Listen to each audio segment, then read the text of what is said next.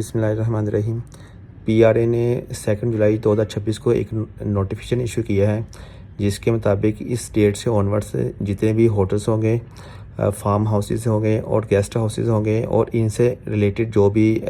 Services provide कर रहे होंगे, तो ये लोग ना जब भी अपनी कार्ड के थ्रू पेमेंट रिसीव करेंगे तो 5% की बजाय 8% सेल्स चार्ज करेंगे कस्टमर्स को। तो इसके अलावा जो कैश वाली पेमेंट रिसीव करेंगे अगेंस्ट सर्विसेज, तो उसके ऊपर ना एज इट इज़ 16% ही सेल्स चार्ज होता रहेगा।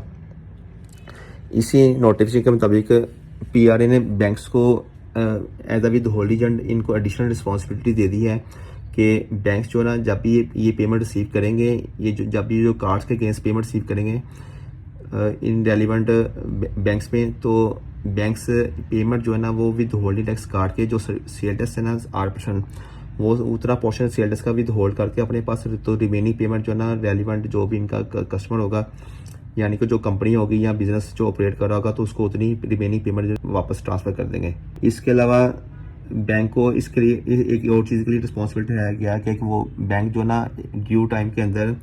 पीआरए को सेल टैक्स जमा कराएगा बिहाफ ऑफ उस रेलिवेंट बिजनेस के अगेंस्ट, और इसके अलावा विद होल्डिंग टैक्स सर्टिफिकेट भी प्रोवाइड करेगा उस रेलिवेंट एंटिटी को।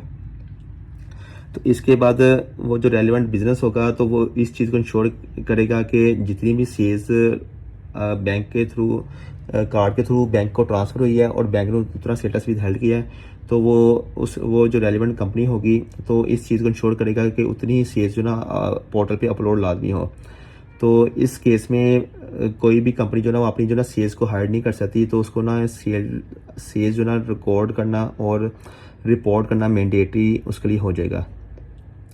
इसके अलावा जो रेलिवेंट कंपनी होगी तो उसके लिए थोड़ी सी एक एडिशनल एक्टिविटी ये भी होगी कि उसने सेल्स इन्वॉइसेस के अलावा सेल्स की विद होल्डिंग इन्वॉइसेस भी अपलोड करनी होगी रेलिवेंट मंथ के अंदर, ताकि जो सेल्स हुई है और सेल्स विद हेल्ड हुआ है दोनों आपस में मैच कर जाएं और इसके अगेंस्ट ना फिर उस कंपनी को कोई भी सेल्स नहीं पे करना पड़ेगा।